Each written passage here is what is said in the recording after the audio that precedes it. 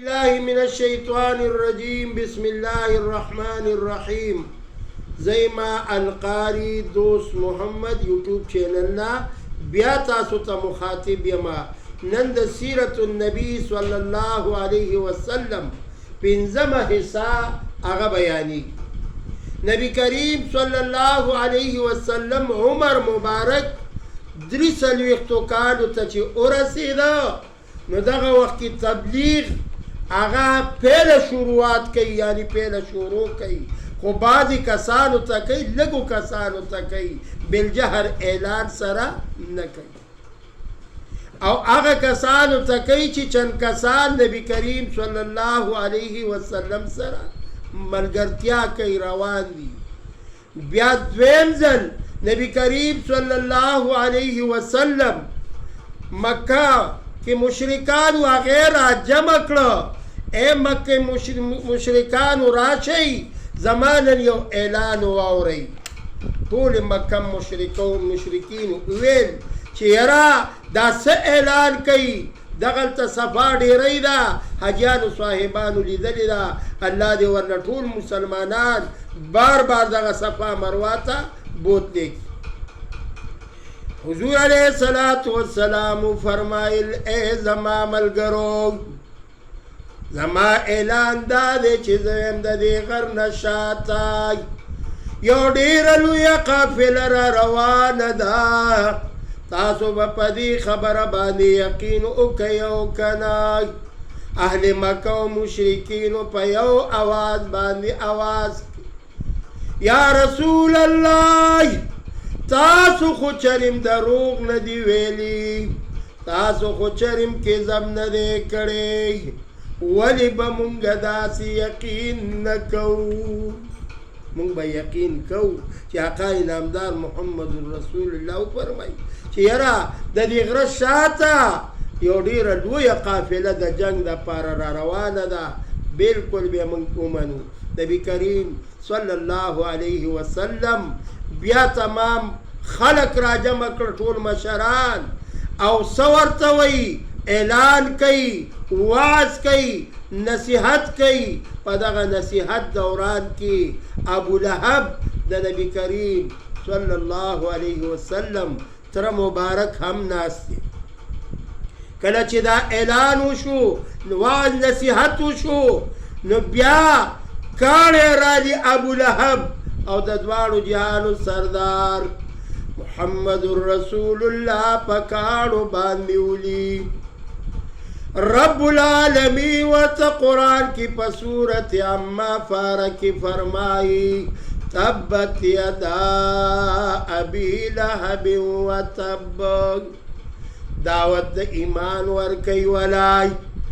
لیکن هغه ابو لهب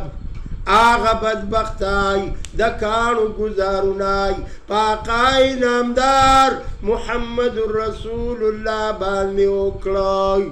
اید بدبختای دا خوستاو را ردی، دا خود دواړو جهانو سردار دی. ابو لهب تبا په ورځ د قیامت داسې سخته سنگینه سزا ملاویږي چې تختی نار، شمالی نار، یمینی نار او هر طرف ته اور. لیکن ابو لهب تبا د دې سبابې ګوتې نه، د دې د وجې نه لږ یخوالی راځي، ځکه چې د ده په خوشحالۍ کې وینځه ازاده کړې وه، نو د دې وجې نه به دې ته لږه غوندې اسانتیا راځي. نبی کریم صلی الله علیه وسلم دا اعلان چې وکړو، بیا صحابو ته وایي اے صحابو راشئ د یو الله اطاعت او تابعداري وکئ او د یو الله ومنئ. دغه وخت کې مکه مشرکین هغې ابو طالب ته د نبی علیه الصلاة والسلام تره ته هغې له راغله په جرګه باندې چې ستا وراره نوي نوي خبرې شروع کړي، هغه خو زمونږ د بوتانو رد و بدې وایي، زمونږ د بوتانو عبادت خو پرېږده چې زمونږ خدایانو پسې نورې خبرې کوي.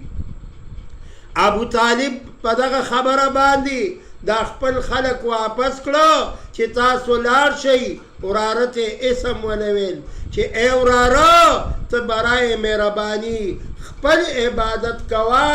پاغې درته څه نه وایم خو لیکن زما دوستان زما مشران هغې ما ته شکایات راوړي برای مهرباني داسې مه کوه نبی کریم صلی الله علیه وسلم فرمائی اے زما کاکا جان اے زما کاکا جانای زه خو د الله بڑائی وحدانیت بیانو ما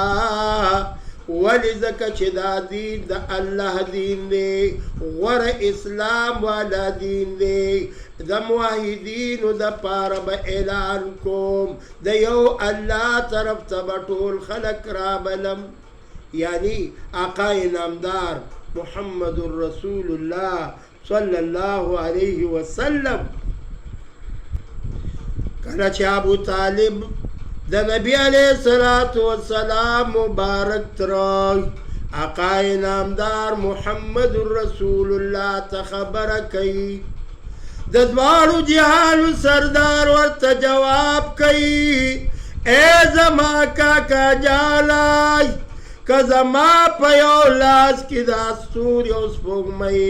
او نور کې ښودی شي بیا به م زه د دې خپل دین نه وانه وړم سرور کونین مبارک دغه وخت کې ډېر کمتر مسلمانان دي کله چې حضور علیه الصلاة والسلام دعوت تبلیغ شروع کړلو نو عمر فاروق رضی الله تعالی عنه دغه وخت کې لا ایمان باندې مشرف نه دی د دواړو جهانو سردار دعا کوي